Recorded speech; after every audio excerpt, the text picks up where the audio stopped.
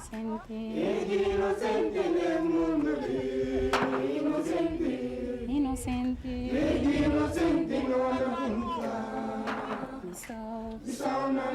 Bissau kasibinada desnuda dili Bissau Aqui culpa kuna paga sim Bissau nando kasibinada desnuda dili Bissau nando Aqui culpa kuna paga sim Unimitinya mona fogo Bissau inocente desnuda dili Bissau nando Aqui culpa kuna paga sim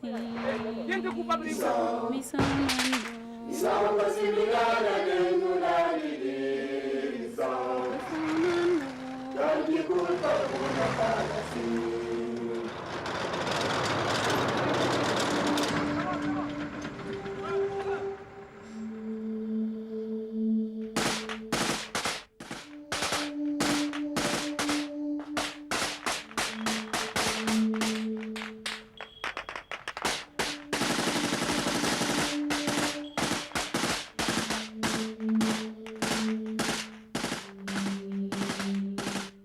Guinea-bissau fought the longest independence war in Africa.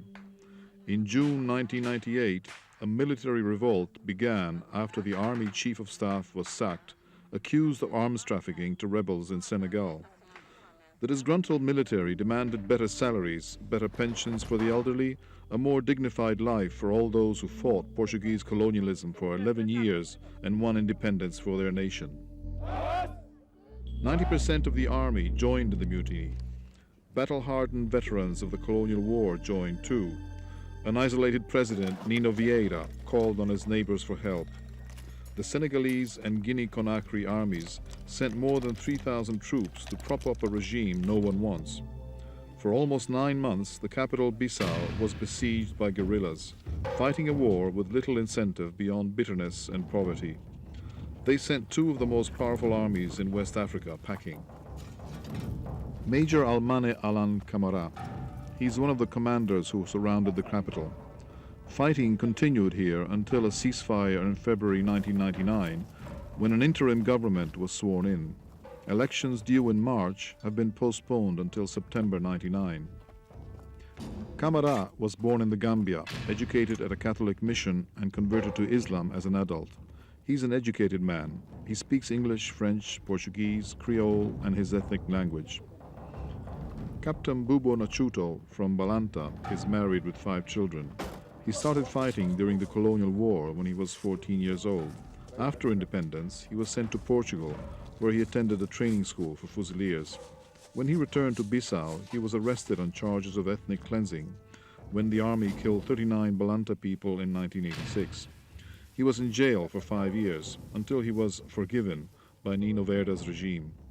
Like many, he feels he was a scapegoat.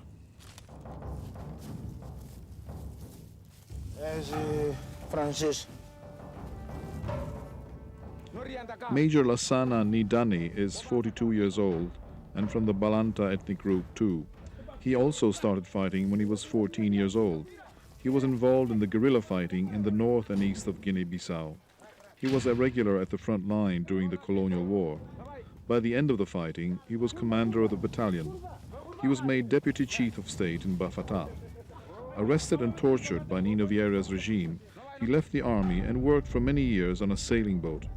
He is one of the commanders of the easterly wing of troops. His motto in life? He says, it's better to die fighting.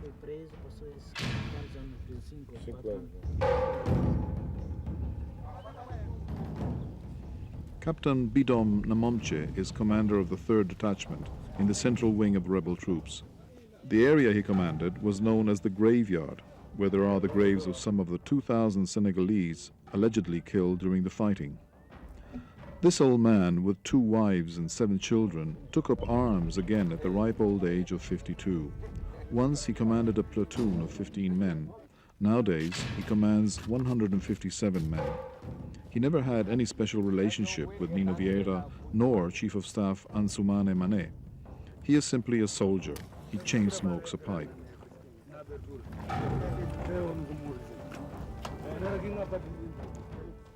Major Tagme Nawe, a terrible hatred welled up after being involved in state-sponsored human rights abuses.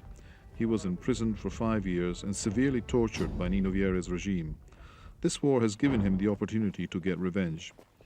He is one of the most fierce fighters at the disposal of the military junta. These men went to war to end a political culture based on fear.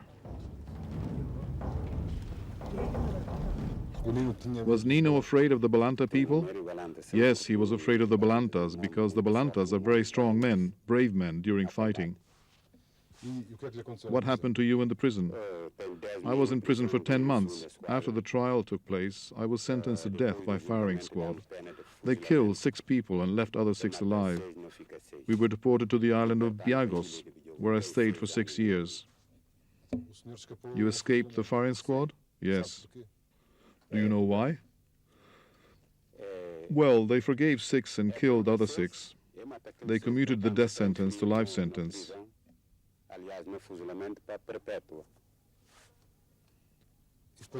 But you got out. Was it Nino who forgave you? No, it wasn't Nino. It was the court.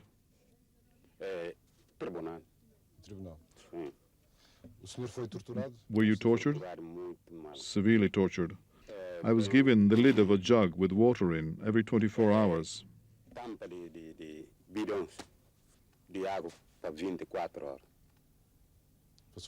Were you very thirsty? Yes. And hungry. I had a handful of food to last me 24 hours. Were you beaten?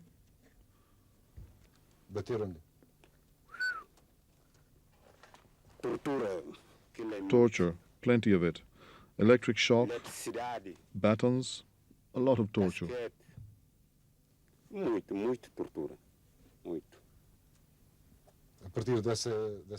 Had you stopped talking to Nino by this point? A long time ago. We stopped talking in 1985 because Nino is a bad man. He is a savage. Nino is a bandit. He's no good. So many years of fighting. I started fighting in 1962. In 1964, I was a commander, a good commander.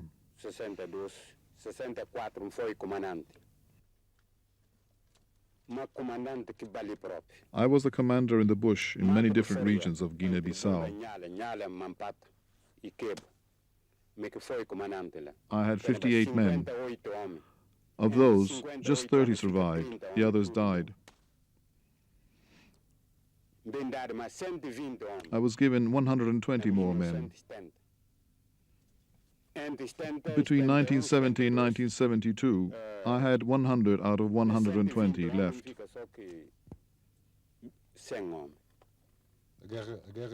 Was the war against the Portuguese very hard?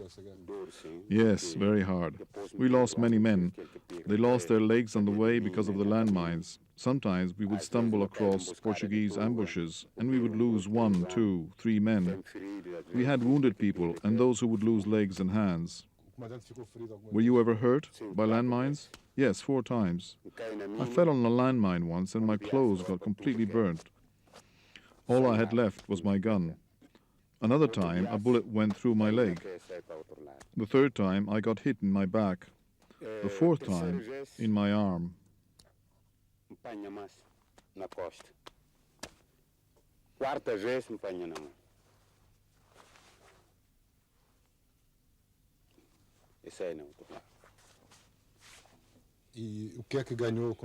what did you get out of so much sacrifice?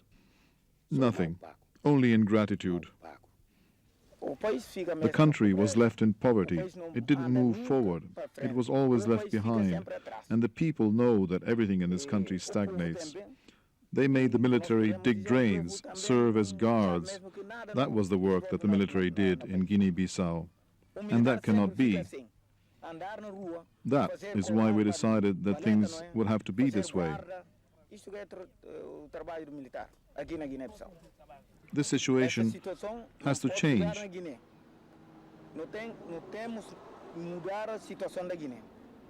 And Nino does not want change. He called in Senegal and Guinea-Conakry troops. and wanted to destroy Guinea-Bissau. Bruscamente para fazer dano na Guiné-Bissau. Então, We, as former combatants, as military men, agarramos na arma took up arms to defend our para country. defender o nosso país. Mas essa luta ainda não acabou. But the war is not over. The Senegalese troops have not O gone. senegalense não vai. Yes, they are still here. Until Senegal leaves, the war will not be over. Da revolta, Before the rebellion, did the former army soldiers try to talk to President Nino Vieira? Yes, we spoke to President Nino Vieira, arranged a meeting with President Nino Vieira, and he did not turn up.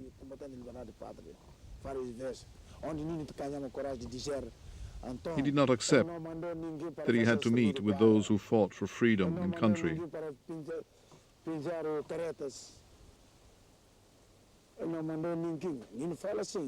We talked to him.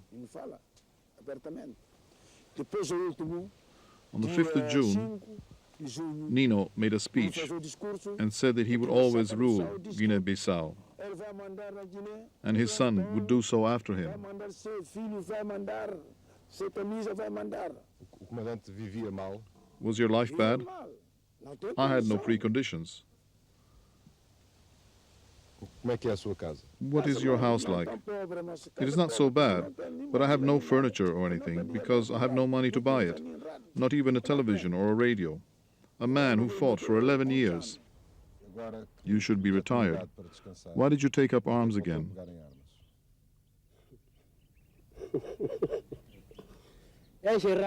Through anger. Anger. But it is also a sacrifice. That is what made me take up arms again.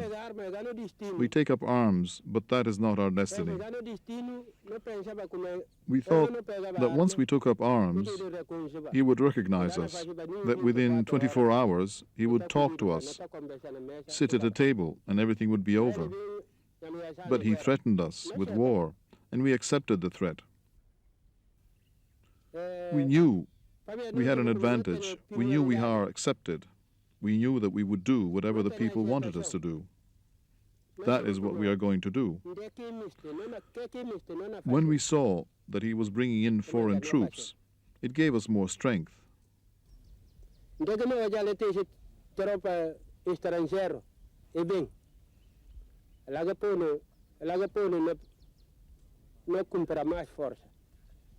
O senhor, quando Were viu you scared that troops from Senegal and Guinea-Conakry were in Guinea-Bissau? chegarem a Bissau, teve medo? Me? If I was in those countries, I might have been scared, but not here. Que o Nino Do you think that Nino has forgotten his old comrades in arms? Eu penso que Nino não esquecer. I think that he has forgotten nothing. Esquecer nada o que se passou. He cannot forget anything that happened. Nada o que ele pretende, o que ele deve fazer. He cannot forget Mas Nino, what he should do. Nino torna-se, But Nino became evil, torna-se an ungrateful person, uma pessoa a ingrata. person I cannot describe Torna-se uma right now. pessoa, que eu não posso descrever neste momento. Nino sabe Nino quem é knows ele. very well what he is Está doing. muito consciente. He's very Mas aware, uma coisa eu queria dizer, but there is queria something I dizer must stress. Nino, ela Nino queria puts assets ter before mais bens people. que ter pessoas. Acha que foi a ambição que You think it was ambition? It was ambition for material assets. That is all I can say. Havia levantamento. On 7th of June, when the military uprising took place, Quantas vezes? how many people called Nino in order to talk to him, to ask him to give the military better conditions, especially the mutilated soldiers, with no eyes, no feet, hands? What did he do? Nothing. Há pessoas que todos os pés foram cortados. There are people whose feet were amputated or their hand. O que ele pode fazer? And what can they do? Ele não pode fazer nada. Nothing. E se ele recebe They receive 12,000 or 9,000 francs, depending on their rank. 12.000 francos ou 9.000 francos, outros estão no 9.000, outros 12.000, consoante categoria. era a reforma do That's a retired soldier's pension? Quanto custa um saco de arroz, por exemplo? Yes. Saca de arroz custa 11.500. How much does a bag of rice cost? A bag of rice cost 11,500 francs at the time of the uprising.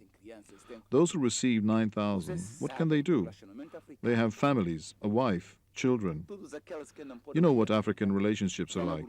All those who can't work will just rely on one person, and that person is responsible for feeding them, clothing them, everything society demands. This transformed Guinea-Bissau into a mountain of corruption.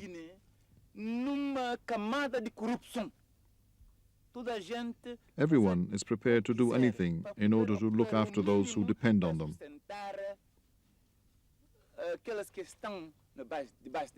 So Guinea-Bissau became a very corrupt country, an extremely corrupt country. And Guinea-Bissau became poorer despite being a very rich country. And why did it become poor? It became poor because they took the money away. The money is only for those at the top.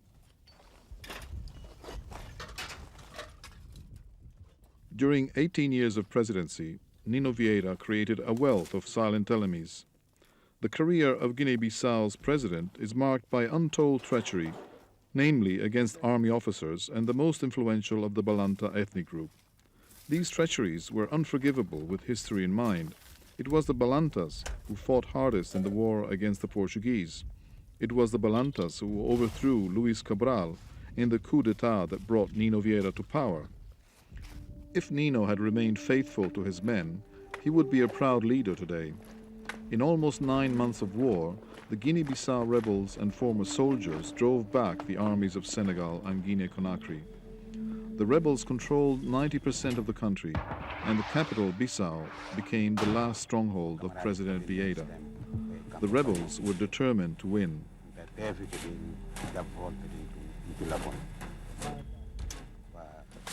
I am waiting for the comrades to arrive. They have to help us so that we can surprise the enemy. There were 5 dead in the Bairro do Iraq.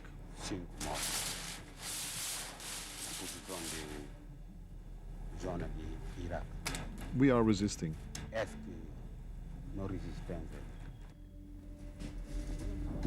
In the bush, you can't raise your voice. The enemy is in trenches a few dozen meters away.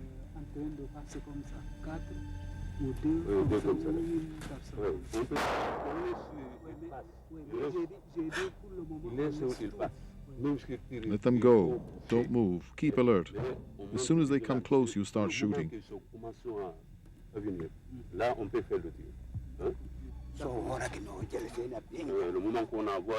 The moment we see they've started their advance, then we go. Okay.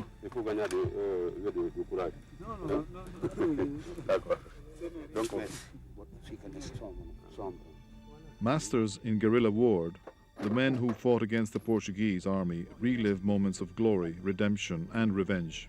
For many of these rebels, those humiliated and tortured were friends. Robaldo de Pina Araújo, João Monteiro, Alfonso Té, many of them. There's no need to name names.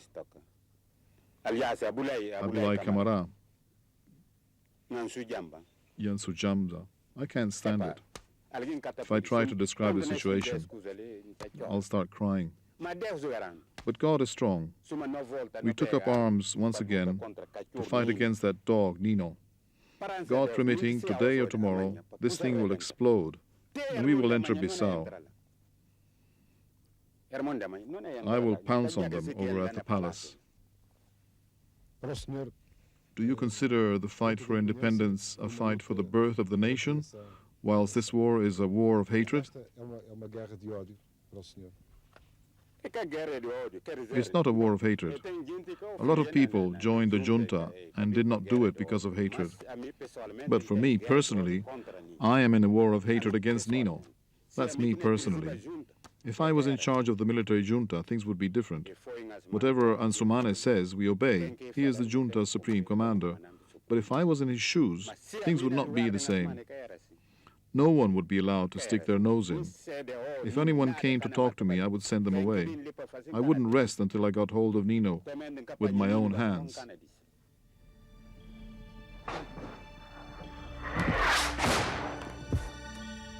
senhor alguma vez pensou Did you ever think your soldiers could win a war against the Senegalese army? vencer uma guerra contra o exército do Senegal? I was absolutely certain of it. The Guinea-Bissau army, each soldier, each former soldier, is worth 10 Senegalese soldiers. Senegaleses. Did you kill many Senegalese? Many. Even today, I have the heads of a Senegalese captain and of a Guinea-Conakry captain. I kept them. You kept them? Cabeça deles. Under the bed. É o seu troféu de guerra. Are they your war trophies? I killed him over here on the 19th. I expelled the Senegalese forces, captured a lot of provisions. On the 30th, I forced the Senegalese further back. This uniform belonged to a Senegalese soldier. The belt, the knife, everything. I stole it. Whose uniform was it? Senegalese soldier called Njai. His name is written here. Did the person who owned the uniform die? He died. That is when we took the rucksacks, 2 rocket-propelled grenades, and so on.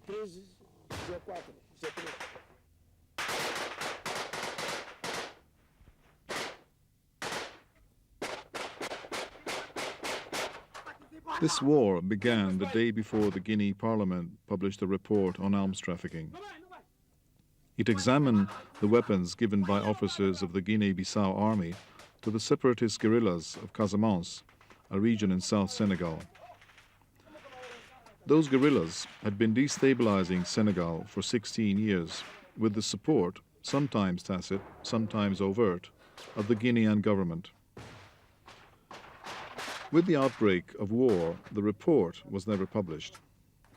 Nino Vieira tried to pin the blame on his army chief, Ansoumana Mané.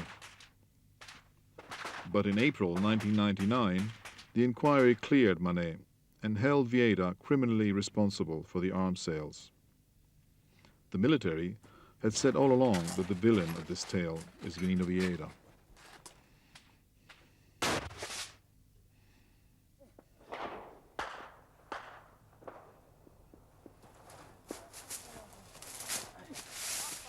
In May 1999, the rebels stormed the presidential palace in the capital, Bissau, demanding that Vieira stand trial for corruption. The president has asked for and received asylum in Portugal. But that depends on whether the rebels allow him to leave.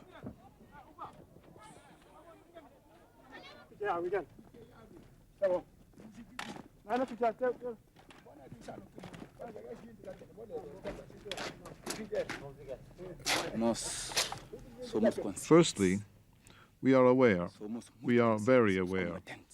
The fighters for freedom and country, the Cabral fighters, are very aware. We are the ones who liberated the nation. But Nino said that the fighters are stupid, can't write. But Nino himself, he has only studied to year 4. Year 4. Do you believe he started the traffic of arms to Casamance? Que motivou o tráfico de armas para os rebeldes de Casamance? That is very difficult to say. We have to wait until we read the reports on arms trafficking. Then you will know who was the author of the arms trafficking. That will confirm everything.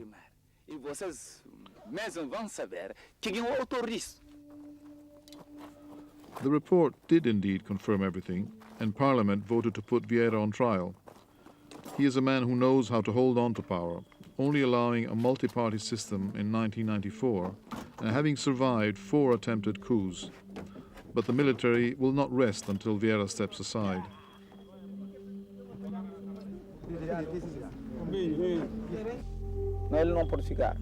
He can't stay. Whatever the people of Guinea-Bissau want, Nino doesn't. He only does what he wants to do. That cannot be.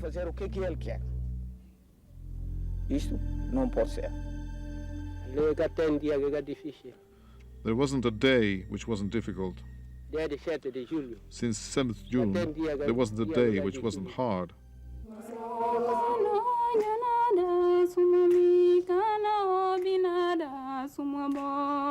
Ika pudi miskinya sidur, ika pudi kuri sumana. The foreign troops may have gone, replaced by ECOMOG peacekeepers. But for this small, impoverished country and the refugees created by the war, it's going to be an insecure year.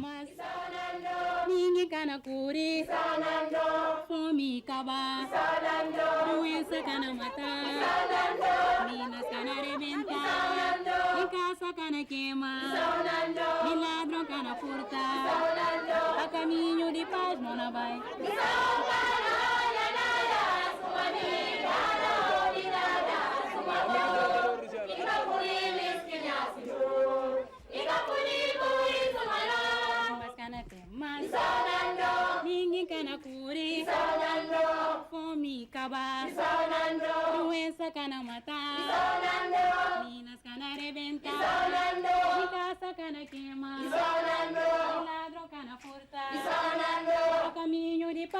vai.